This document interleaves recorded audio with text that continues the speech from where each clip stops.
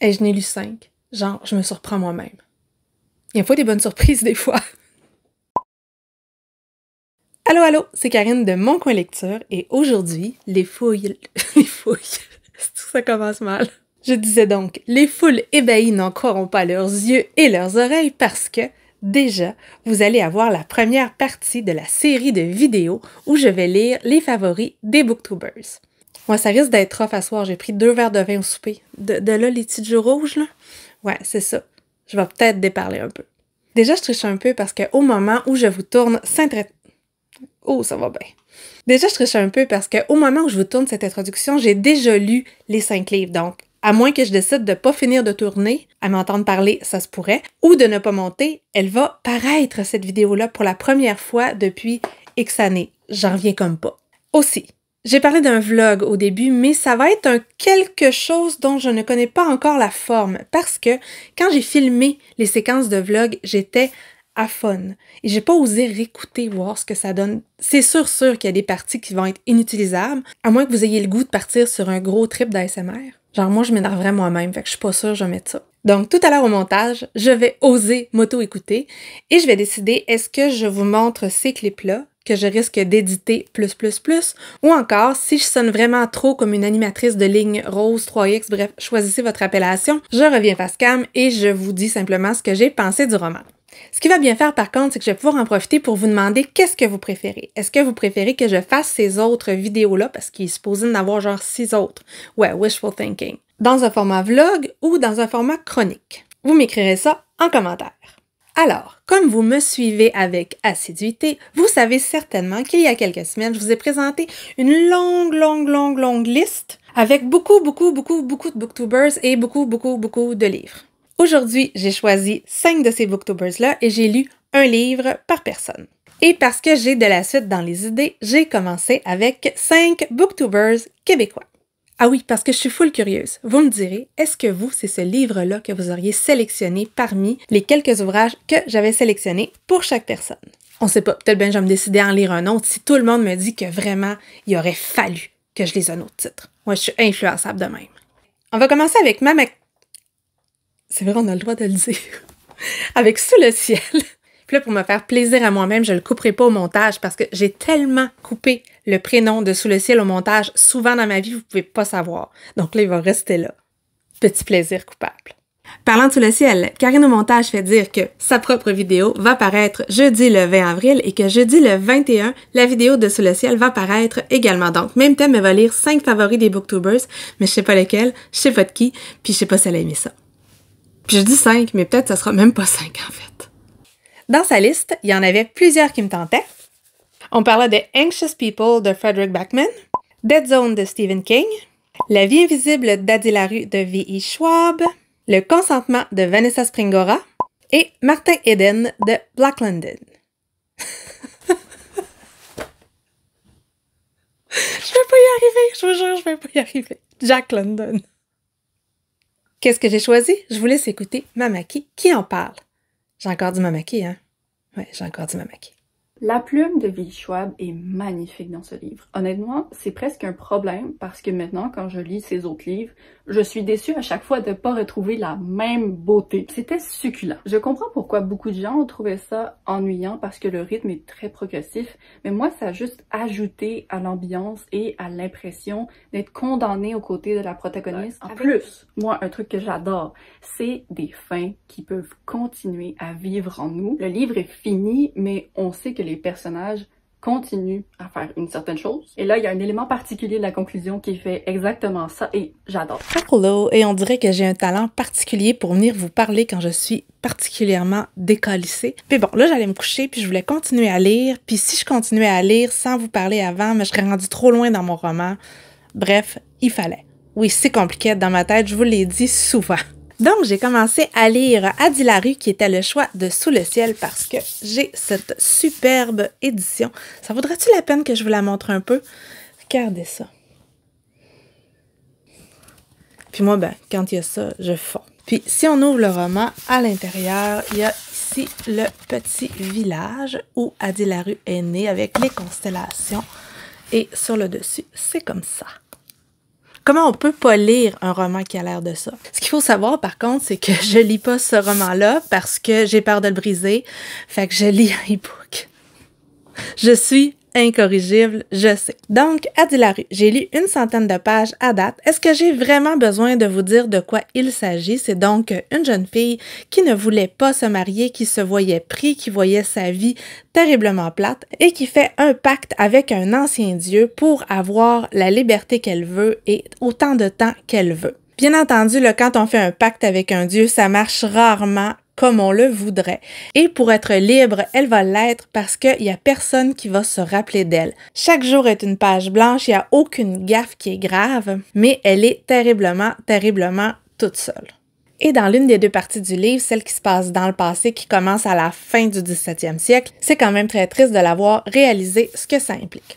Est-ce que j'aime ça? Ben, c'est sûr que c'est V.E. Schwab. C'est extrêmement facile à lire, ça se lit tout seul, et on a un genre de double temporalité où on passe de 2014 à sa vie d'avant. Moi, j'avoue préférer les périodes où elle est en 2014. Je veux savoir ce qui va se passer à ce moment-là. Puis je suis toujours un petit peu déçue quand on retourne dans le passé. Je trouve ça tellement triste ce qui arrive.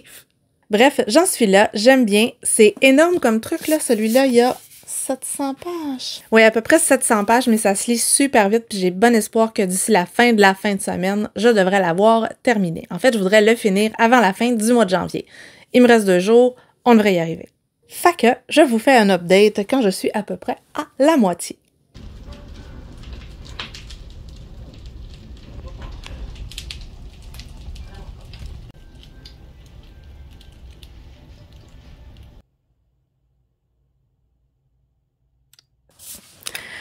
Allô, je vous fais une petite shot ASMR aujourd'hui. J'ai terminé Adi Larue, qui est ici. En fait, je voulais vous l'updater quand j'étais au milieu, mais si vous m'écoutez parler aujourd'hui, vous pouvez vous imaginer la raison pour laquelle j'ai pas parlé avant. Donc, je suis désolée, je suis très très proche du micro et j'essaie de faire mon possible. Donc, quand je voulais vous faire mon premier update, j'arrivais au milieu du roman, c'est-à-dire que Adi venait de rencontrer la personne qui lui a dit « I remember you », « Je me souviens de toi », c'est-à-dire le moment où sa vie va prendre un tournant, où sa vie va changer. Et vous le savez pas là, mais ça prend vraiment des efforts pour être capable de vous parler. Ça se passe donc en 2014, on est à New York et après avoir vécu une vie d'errance, c'est-à-dire qu'elle peut pas avoir un endroit où elle habite, elle peut rien posséder et elle est drôlement mal prise avec le deal qu'elle a fait quelques 300 ans auparavant. Avec tout ça, la seule personne qui se souvient d'elle, c'est l'ancien dieu avec qui elle a fait un marché. Donc, il y a un peu un lien de dépendance, haine entre les deux parce qu'en fait, c'est la seule personne qu'elle a. Et même si avec le marché qu'ils ont conclu, elle s'est drôlement fait avoir. Au début, je vous disais que les parties dans le passé m'intéressaient moins. Je trouvais ça vraiment difficile à lire puis un peu longuet. Par contre, quand on comprend ce qui est en train de se passer, quand on comprend pourquoi il nous raconte ces parties-là, j'ai commencé à davantage apprécier. Et sincèrement, la deuxième moitié du livre, là, je l'ai lu en une soirée. Puis c'est une grosse moitié. Donc, il y a des côtés déchirants, ça m'a beaucoup plu. Puis je trouve aussi que l'autrice ne s'est pas laissée aller au sentimentalisme un peu rose bonbon. On a des personnages qui prennent des décisions, qui prennent des vraies décisions. J'ai beaucoup aimé la fin, j'ai beaucoup aimé le fait qu'ils ne se ferment pas les yeux sur la situation, qu'ils ne se ferment pas les yeux sur leurs propres sentiments ou leurs propres motivations. Eh bien, en fait, je suis vraiment contente de l'avoir lu. Puis, je vous ai dit qu'il était beau, hein? C'est vraiment cool. Puis ben ça parle beaucoup d'art dans ce roman-là. Moi, j'ai beaucoup aimé que ça parle d'art. J'ai beaucoup aimé les représentations artistiques, la réflexion sous-jacente qu'il y a sur l'art. Je pense que c'est ce que j'ai préféré dans le roman. J'ai vraiment aimé ça et j'ai passé un très, très bon moment. J'ai vu qu'il y avait plusieurs critiques qui avaient mentionné que pendant 300 ans, Adi Larue, elle ne rencontre jamais de personnes noires. Moi, étant blanche, je vous avoue que j'aurais pas remarqué. Mais je comprends que pour les personnes concernées, ben, ça saute davantage aux yeux. Elle en rencontre une, je crois. Toutefois, dans les pays qu'elle visite, c'est surtout des pays où il y a des personnes blanches, je dois avouer. Puis elle nous parle jamais de la couleur de la peau de personne. Et là, j'ai une vraie question pour les gens en Europe. Ils disent souvent qu'elle parle suisse. Ça veut dire quoi, parler suisse? Parce que moi, je sais qu'en Suisse, il y a des gens qui parlent allemand, des gens qui parlent italien, des gens qui parlent français. Mais je savais pas qu'on pouvait parler suisse. C'est quoi, sérieux? Je suis vraiment curieuse. C'est un excellent moment de divertissement. Et vous savez que pour moi, quand je parle d'un bon divertissement, ça n'a rien de péjoratif. Et là, je vais arrêter de forcer ma voix parce que c'est pire que pire. Et je suis tellement proche pour parler proche du micro que je pourrais faire aucun jeu de caméra. J'en vais avoir un vrai montage plate. Mais facile à faire. On se revoit plus tard. Deuxième booktubeuse québécoise, j'ai nommé Maps. Et là, si vous vous souvenez bien, je vous disais que Maps et moi, on a habituellement des goûts diamétralement opposés. C'en est limite drôle, c'est notre running gag à toutes les deux. Dans ses choix à elle, on avait La petite ville des grands rêves de Frederick Backman, Les enfants endormis d'Anthony Passeron, La faucheuse de Neil Schusterman, et là j'ai regardé c'était de qui, pour avoir l'air un peu moins gnochonne que dans l'autre vidéo, et Réponds à la lumière de Emma L. Maré. Je vous laisse avec Maps qui vous parle du roman que j'ai choisi. Les enfants endormis d'Anthony Passeron. C'est un ouvrage que j'ai dévoré, j'ai adoré l'alternance entre les deux. Ça fait un côté plus sérieux, plus didactique à la limite, cérébral. Puis là, on y va dans l'affectif après, avec la famille, puis tout ça. Puis c'est un ouvrage touchant forcément à tout ce qui parle du sida de ces années-là. Tu sais, au début, il n'y avait pas de cure, puis même aujourd'hui, c'est quand même un virus assez difficile. Donc, c'est un ouvrage que j'ai trouvé vraiment très, très bien écrit. Je l'ai dévoré, j'ai trouvé que c'était super bien fait. On embarque dans la vie des personnages, puis on a aussi tout un point de vue scientifique que j'ai trouvé super intéressant. Donc, une 8e place bien méritée.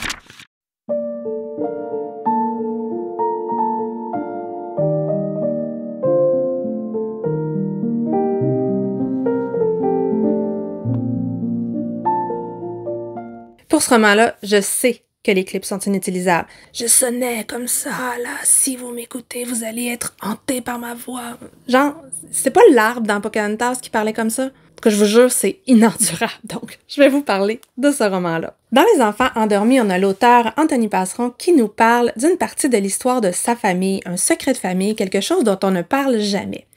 L'oncle d'Anthony Passeron est décédé du sida, et non seulement il est décédé du sida, mais il l'a attrapé en étant toxicomane. Alors vous vous imaginez tout le stigmate, tous les tabous qu'il y a par rapport à ça, autant dans sa famille que dans le petit village. Parce que l'histoire qu'il nous raconte, ça se passe dans des petits villages du sud de la France, des petits villages qui ont été très touchés par l'épidémie de sida parce que c'est un endroit où il passait beaucoup de drogue entre la France et l'Italie, donc il y avait énormément de toxicomanes. Il y a une grande partie qui se passe dans les années 80, et son oncle, qui était l'enfant chéri de sa famille, celui à qui tout était permis, ben ça en est permis pas mal, et ça s'est pas bien terminé pour lui. Et là, aussi surprenant que ça puisse paraître, parce que c'est un favori de Maps, j'ai adoré ce roman-là.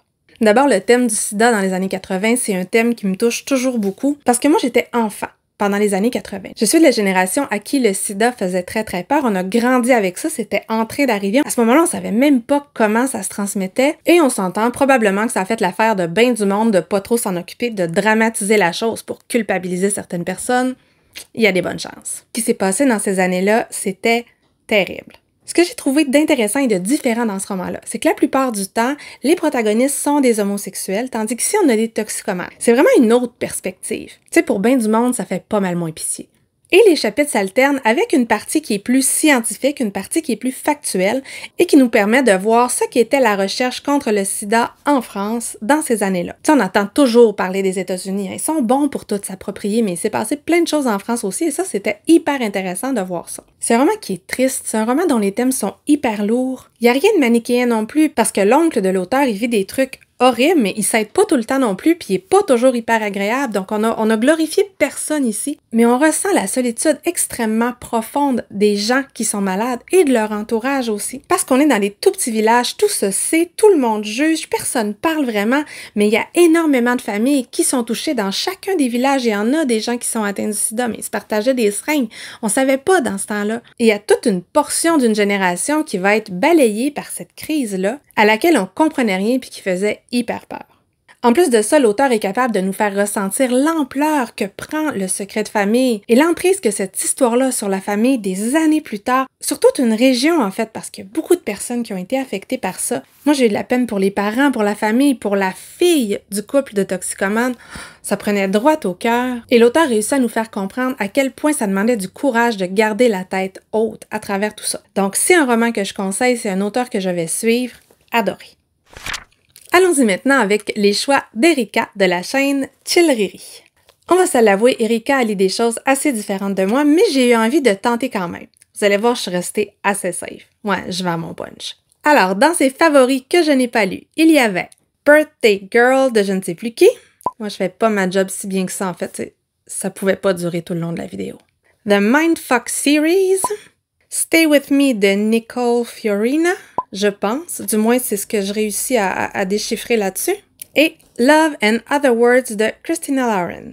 J'ai pas été très daring là-dessus.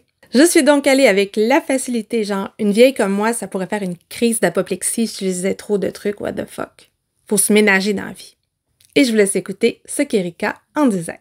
Ensuite, j'ai lu Love and Other Words de Christina Lauren, que j'ai fait un vlog de lecture dessus. J'ai aimé ce livre, la relation. Encore une fois, si vous savez pas, mon trope préféré, c'est childhood, best friends to lovers, friends to lovers. I love it, and this is what it is. Si vous voulez quelque chose de cute, on a des chapitres dans le présent, des chapitres dans le passé. Il y a pas de dual point of view dans ce livre. On est vraiment du point de vue de Maisie. Tout au long de l'histoire. Il y a quand même la fin, le pourquoi du comment. Je peux comprendre pourquoi certaines personnes n'aiment pas, mais moi, le début était tellement trop wow que j'étais comme, on fait comme si on n'a pas lu ça. 5 stars. Hello! Bon, j'arrive pour vous faire un petit update. Et mes cheveux ont tellement de statique, là. Mes mains, je sais pas si vous voyez, là. Ça fait... Bref. Donc, toujours dans mon vlog, je lis les favoris des booktubeuses québécoises. Je suis en train de lire Love and Other Words de Christina Lauren. J'ai vraiment les cheveux collés d'en face, c'est un problème. Donc, le ciel va peut-être me tomber sur la tête, mais je suis en train de lire de la romance. Et là, je sais, je vous update alors que j'ai l'air de rien. Je suis décalquée complètement. On est rien que lundi soir, mais c'est un détail. Sauf que hier, j'ai commencé, j'ai dit je vais lire une dizaine de pages avant de me coucher, mais j'avais oublié que de la romance, ça se lit à une vitesse, mesdames et messieurs. Donc, j'ai à peu près 100 pages de lu. Donc, ça serait bien que je fasse un premier update. C'est pas le premier roman de Christina Lauren que je lis, et habituellement, je trouve que ce duo d'autrices-là fonctionne assez bien. Ça se lit tout seul. Et cette fois-là, on a une histoire de passé-présent. Ça a l'air d'être une deuxième chance. Puis c'est un chapitre maintenant, un chapitre 15 ans avant. Dans le chapitre maintenant, on a une jeune femme qui est fin vingtaine, elle est médecin, elle est résidente, elle travaille comme une cinglée, elle a un copain, et un jour, dans un petit café, elle voit comme ça, son premier amour, son premier meilleur ami qu'elle a rencontré quand elle avait, je pense, 13 ou 14 ans. On sait qu'ils ont été tout l'un pour l'autre pendant quelques années et ils ne se sont pas vus depuis 11 ans, mais on ne sait pas pourquoi. L'histoire dans le présent part de là, tandis que l'histoire dans le passé, elle, ça commence le jour de leur première rencontre, alors que sa maman venait de mourir. Non, elle venait pas de mourir, ça faisait 3 ans, mais elle était encore vraiment beaucoup dans le deuil de sa maman. Son papa avait acheté une maison de campagne et il s'installait, et lui, c'était le petit voisin. À date, comme je vous disais, ça se lit vraiment tout seul. J'aime bien la partie dans le passé, où on voit leur relation, on voit comment il était quand il était ado. Par contre, la partie dans le présent, là, moi, je freakerais tellement à sa place. Genre, elle voit ce mec-là, il la voit, 2 minutes parce qu'elle se sauve, et le lendemain, il est prêt à tout laisser pour elle.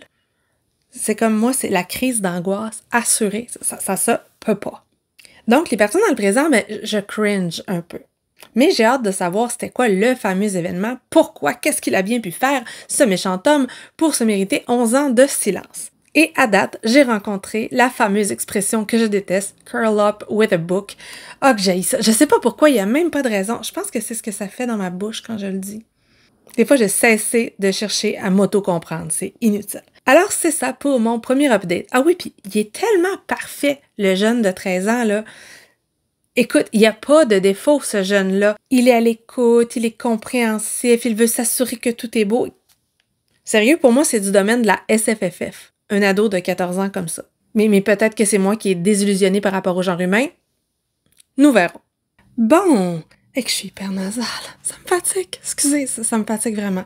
Un jour, ça va revenir. J'ai donc terminé le roman de Christina Lauren. En fait, ça fait un petit bout que je l'ai terminé, mais ça a été long avant que je me décide à me rasseoir devant la caméra. En fait, j'avoue tout, c'est parce que j'ai un autre segment de vlog à filmer que je le fais finalement. Je viens de réécouter ce que j'avais dit après une centaine de pages, puis à la fin, j'ai pas tant plus de choses à dire que ça.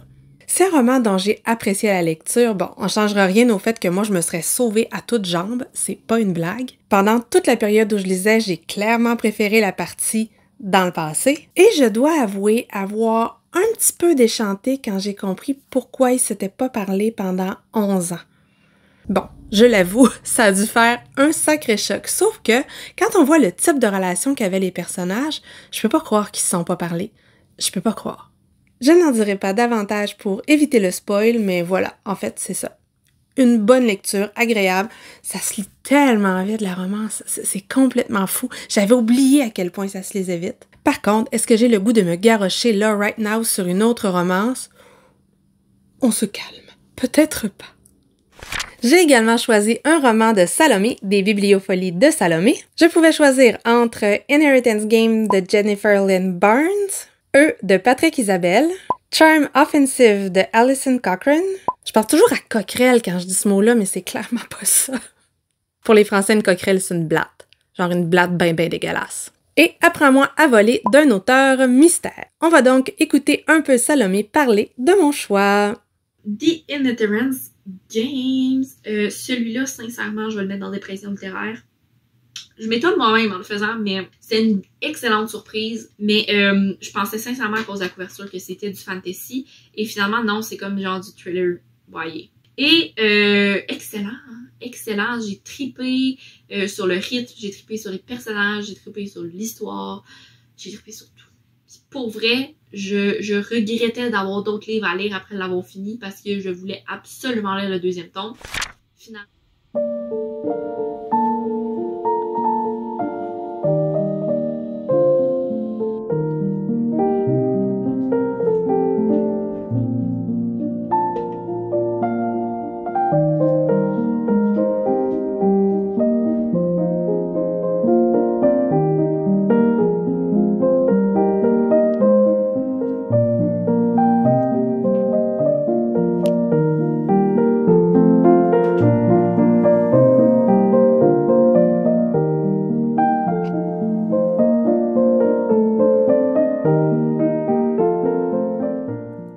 Bon, je viens de réaliser que plusieurs des clips que je viens de filmer sont inutilisables, puis je sais pas trop comment va être celui-là non plus. Là, je suis désolée pour le bizarre de cadrage, je m'avance vraiment beaucoup parce que j'essaie d'être vraiment au-dessus du micro, sinon ça vous m'entendrez pas. Et j'ai teint mes dents au thé.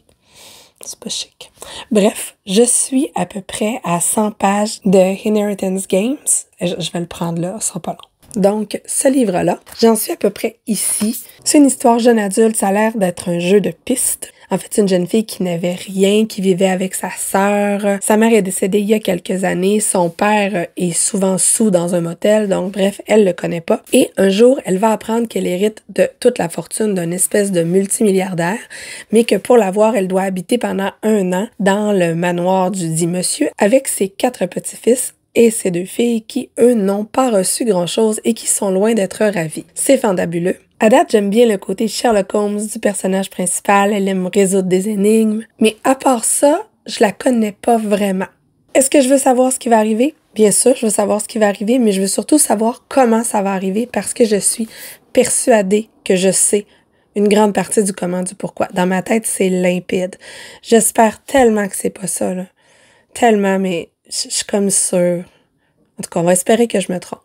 Ça devrait se lire vraiment vite. J'ai lu 100 pages à quelque chose comme 45 minutes. C'est facile à lire, donc je vous en parle bientôt. On est le lendemain matin. Ma voix n'est pas mieux. Je suis désolée, mais je vais jamais y arriver. Puis là, je suis en train de me dire que je vais avoir un sérieux problème pour ma vidéo de jeudi prochain. En fait, soit que je vous tourne un genre de book haul parce que c'est moins compliqué à tourner, puis je risque de me répéter puis de me reprendre moins de fois avec la voix de Jeanne Moreau, ou encore le vlog, je lis des romans gothiques, je le coupe en 2. J'ai 3 romans de lus à date. Puis j'ai assez long de filmer, fait que je pourrais arrêter ça là, puis finir une autre fois. Donc, je vais décider ça aujourd'hui, voir qu'est-ce que je fais. Bon, j'ai fini Inheritance Games. Ça se lit à la vitesse de l'éclair. C'est vraiment facile à lire, sincèrement. Ça a 449 pages, puis ça a dû me prendre 3h30, là. Vraiment, ça se lit vite. Ce roman-là, c'est un roman où il se passe des choses. C'est un indice après l'autre. C'est un genre de jeu de piste avec un grand-papa décédé que j'aurais bien aimé connaître parce que sérieux, il a l'air d'être tout qu'un personnage. Ce que c'est pas, c'est un roman basé sur les personnalités des 10 personnages parce que ils sont un peu carton-pâte, j'avoue. On les connaît pas beaucoup, ils sont là pour jouer leur rôle. Même Avery, le personnage principal, on nous dit qui elle est, mais on le voit pas tant que ça. C'est sûr qu'elle est dans une situation épouvantable. La plupart du temps, elle a peur ou est en beau tabarnak. Tout son monde autour d'elle vient de changer. Elle sait pas pantoute où c'est qu'elle s'en va. Bref, c'est compréhensible qu'on sache pas vraiment qui elle est d'après ses actions. Mais c'est pas la force des personnages. Il y en a beaucoup, puis ils sont décrits, là, mais on les voit pas tant que ça. Même chose, les relations entre les personnages, j'y crois pas, là. Tout ce qui se dessine, j'y crois pas tant, en fait. Je suis pas capable de comprendre que dans cette situation-là, on soit là-dedans. En tout cas, c'est pas de ça que je veux parler. J'ai terminé, et là, j'étais rendue à la page 441 sur 445. J'étais comme contente parce que je me disais, en fait, non, je me suis trompée, c'était pas ça, ça avait une certaine part dans l'histoire, mais le truc dont j'étais certaine, c'était pas ça, ça avait pas tant rapport. On a eu droit à toute une résolution d'une première partie de l'intrigue, ça s'en va clairement ailleurs, il y a un autre tome, mais à la page 442, fuck, c'était ça. Tu sais, l'affaire que j'étais sûre depuis le début, là, que je disais que c'était limpide, que c'était clair comme de l'eau de roche, là, ben c'était ça. Mais pourquoi? Pourquoi? C'est-tu juste moi qui a deviné tout de suite? Tu sais, c'était-tu aussi clair pour tout le monde? C'est-tu moi qui ai un esprit tordu ou alors c'est mal construit? C'est pas grave, là. Le roman, il était divertissant quand même. C'est un divertissement, ce roman-là. Je comprends pourquoi il est populaire. Ça passe super bien. Mais pourquoi c'était si évident? Pourquoi? Pourquoi revenir toujours là-dessus? Pourquoi? Je comprends pas. Je comprends pas. Je peux pas vous dire le comment du pourquoi, là, puis pourquoi je l'ai vu tout de suite, mais moi, je veux rien spoiler, c'est pour ça. Mais bon, fait que je suis un peu insultée. Est-ce que je vais lire la suite? Oui, parce que ça se lit tout seul. Est-ce que je vais mourir si je la lis pas? Absolument pas. Mais bon, c'était cool. C'était quand même cool. Le dernier roman dont j'ai à vous parler pour aujourd'hui, c'est un choix de Daphné, de signer Daphné. Et j'avais deux options. J'avais soit Génération Canal Famille, qui est un ouvrage qui traite sur une chaîne de télé qu'on écoutait quand on était petite, ou encore Recursion de Blake Crouch. Daphné, elle a pas fait de vidéo, mais comme c'est mon amie, ben, j'y ai demandé des choix et j'en ai choisi un des deux. Je vais vous faire mon premier update maintenant parce que je l'ai commencé hier et que je suis à peu près à la moitié. J'ai pas lu tant de romans de Blake Crouch, mais c'est un auteur qui écrit, je dirais, du thriller science-fictionnesque. Et dans ce que j'ai lu, le pattern est pas mal tout le temps le même, c'est-à-dire qu'on va placer les choses au début, c'est plus lent, puis à partir du milieu ou un peu avant le milieu, on dirait que ça explose et là, ça déborde d'action et les événements déboulent. Là où je suis rendue, ça vient de commencer à aller vite. Et comme je suis un peu avant la moitié du livre et je vois où est-ce qu'on est rendu, je me demande qu'est-ce qu'il va y avoir dans l'autre moitié, sincèrement. Parce que ça pourrait aller à peu près n'importe où. J'espère juste qu'on restera pas toujours dans le même... En tout cas, on va voir. Je vous explique donc. C'est un roman qui traite d'un des thèmes que j'adore, c'est-à-dire les voyages dans le temps. Puis c'est écrit dans le résumé là, que ça traite des voyages dans le temps, même si ça fait pas si longtemps que ça qu'on voyage dans le temps là où je suis rendue. En fait, on a deux histoires parallèles. Dans la première, on est avec Barry, Barry, genre framboise, raspberry, non, Barry, qui est policier à New York. Il est séparé, il a perdu sa fille il y a longtemps et c'est pas facile pour lui. Un jour, il va être appelé parce qu'il y a une femme qui veut se suicider et cette femme-là souffre d'un syndrome, je sais pas comment c'est traduit en français. C'est-tu traduit en français? Je sais pas. Et dans ce syndrome-là, on sait pas si c'est un virus, on sait pas trop ce que c'est. C'est comme si les gens avaient des souvenirs hyper précis de toute une vie qu'ils n'ont pas vécue. Genre false memory syndrome? En tout cas, je sais pas, quelque chose comme ça.